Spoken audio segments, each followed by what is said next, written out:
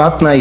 তোমরা ভাত খাচ্ছ, আমি খাবো না? আমার কষ্টে উপার্জন করা টাকার ভাত আমি নষ্ট করতে চাই না। বাবা প্লেটটা দেন, তোকে ভাত দিচ্ছি। খাবো, তুমি ভুলে যেও না এই সংসার এখনো আমার কথায় চলে। তুমি যদি ওকে ভাত দাও তাহলে ওর মতো তোমাকে ওই বাড়িতে না খেয়ে থাকতে হবে। মামলা একটা সিগারেট দেন। সিগারেট নাই? তাহলে এক কাপ চা দেন। চাও নাই? একটা পেনশন দাও।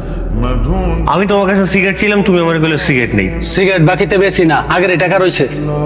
বাইকের চাবিটা দে না, একটু মোর সাথে দেখা করে আসি। সিগারেট খাবি? চা খা, প্রয়োজন অন্য কিছু খাবো। আমার চাবি চাইস না, আমার কাজ আছে। চাবি লাগবে না, একটু এদিকে না। 5,000 টাকা দিতে পারবি? আজকে মোয়ের জন্মদিন তো, কিছু একটা গিফট দিতাম। 20,000 টাকা নিছিলি যে মনে আছে? তুই টাকা পয়সা 2 দিন পর পরই নেস, দেওয়ার তো কোনো নামগঞ্জ থাকে না। তুই কিছু খাইলে খা, মামা টাকা পয়সা চাইস না। হ্যাঁ মামুন ভাই, এক প্যাকেট সিগারেট দেন তো। না লাগবে না, থাক। এইটা তোমার আসার সময় হলো? মানে আমি বুঝলাম না, আজকে একটা স্পেশাল দিন, আজকেও তোমার দেরি করতে হবে? কি হয়েছে তোমার? তোমার কি মন খারাপ? আমি কিন্তু তোমাকে চিনি, একটা সময় তুমি সব কিছুই করতে পারবা, তুমি অনেক বড় হবা। আর যত যাই হোক না কেন, আমি তো সব সময় তোমার সাথে আছি। তোমার মতো করে ভাগ্যও আমাকে বুঝবে না কখন। খেয়ে নে বাবা। আমি তো বেকার, আমার তো এবারে খাওয়ার অধিকার নেই। যেদিন নিজের টাকা ইনকাম করতে পারবো, নিজের টাকায় তোমাদের সবাইকে খাওয়াইতে পারবো, সেদিন এই বাড়িতে আমি খাবো। তার আগে একটা দানাও আমি খাবো না। দেখিস একদিন তুই বড় কিছু করতে পারবি। তোমাকে না বললাম পরে খাবার দিবা। পোলার জন্য দরদ উতলায়া পড়ে না, তোমার আমি একটা ব্যবস্থা করতেছি। আর এই তোর কি লজ্জা শরম কিচ্ছু নাই? এই বুড়া বাপের ঘরে বুড়া বাপের ঘাড়ে বসে যে খাস, একটু লজ্জা করে না? একটা চাকরি জোগাড় করতে পারস না? একটা চাকরি করে যদি অল্প টাকাও রোজগার করস, তাও তো কইতে পারো যে আমার পোলা রোজগার করে। আর কতদিন বাপের ঘাড়ে বয়ে খাবি? হ্যাঁ, এত আর্জেন্ট ডাকলা যে? তোমার কি চাকরি হয়ে গেছে? দেখছো, আমি তোমাকে বলছিলাম না যে তোমাকে দিয়েই হবে, খালি একটু ধৈর্য ধরো। কিছুই হয়নি। তাহলে কি হয়েছে? গতকাল রাতে তুমি কোথায় ছিলে? কোথায় আর থাকবো, বাসায় ছিলাম। আরেকবার সুযোগ দিতেছি, সত্যি কথাটা বলো, কোথায় ছিলে? আমি কি মিথ্যা কথা বলতেছি নাকি? সত্যিই তো বলতেছি। এগুলো কি?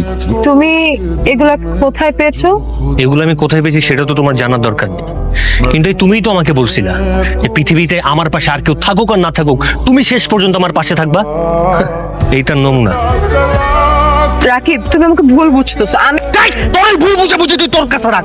আমার বন্ধু বান্ধব আমার আগেই বলছিল তোর মতো একটা থার্ড ক্লাস মেয়ের সাথে প্রেম না করতে। আমি তো শুনি নাই, সবকিছুর বিপরীতে যে আমি তোর সাথে প্রেম করছি, আর তুই আমারে কি দিছস? এইটার নমুনা। এই, অনেক হয়েছে, অনেকক্ষণ ধরে বলতেছো। আমারও কিন্তু এতদিন ধরে অনেক কিছু বলার ছিল, আমি কিন্তু কিছু বলি নাই। এই বয়ফ্রেন্ড হিসেবে তুমি আমার জন্য কি করছো? হ্যাঁ, জীবনে কোনো একটা গিফট কিনে দিছো? সেটা তো দিতে পারো নাই। করছোটা কি? পার্কে বাদাম খাওয়াইলে আর ফুচকা খাওয়াইলেই বয়ফ্রেন্ড হয়ে যায়? শোনো, বয়ফ্রেন্ড হওয়ার কোনো যোগ্যতাই তোমার নাই। আজকে থেকে তোমার সাথে আমার ব্রেকআপ। তুমি আমাকে আর কোনোদিনও নিজের গার্লফ্রেন্ড হিসেবে দাবি করতে আইসো না। আরে আমি তোরে কি গার্লফ্রেন্ড হিসেবে দাবি করবো? তুই আমার বয়ফ্রেন্ড হিসেবে দাবি করিস না। আর তোমার এই চেহারাটা কখনো আমি আমার চোখের সামনে দেখতে চাই না। শোনো, সময় আমারও আসবে, আর সেই দিন আমি তোমার চাইতে 1000 গুণ ভালো একটা মেয়ের সাথে প্রেম করে আমি তোমার দেখাই দেবো। তোমার মতো ফকিন্নির সাথে কোনো ফকিন্নি প্রেম করবে, কোনো ভালো মেয়ে প্রেম করবে না, বুঝো নাই? দোস্ত এখন তো আমাদের অফিসের লোক না, পসিবল না। আঙ্কেলের সাথে একটু কথা বলে দেখবি, আঙ্কেল হয়তো ম্যানেজ করতে পারবে। আর দোস্ত বললে তো হয় না, পোস্টটা তো খালি থাকতে হবে, তাই না? আর যে লোকগুলো নেওয়ার কথা ছিল ওগুলো নেওয়া হয়ে গেছে তো। বন্ধু তুই একটু বাইরে যা, আমার একটু ইম্পর্টেন্ট কল আসছে তো, কথা বলি তারপরে তুই আয়। কতক্ষণ ধরে আমি তোমাকে কল করতেছি, হ্যাঁ তুমি আমার ফোন ধরো না কেন? আমরা লাঞ্চ করতে যাবো না?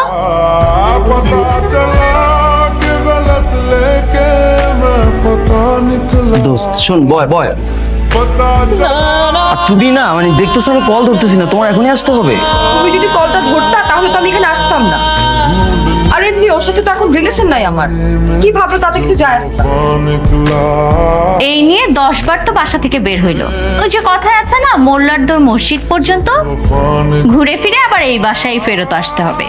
বাইরে তো থাকার কোনো জায়গা নেই। এবার এসে কোনো লাভ নাই কিন্তু। রাকিব বাবা, তুই কোথায় যাচ্ছিস? তোমরা সবাই ভালো থেকো, আমি বাড়ি ছেড়ে চলে যাচ্ছি।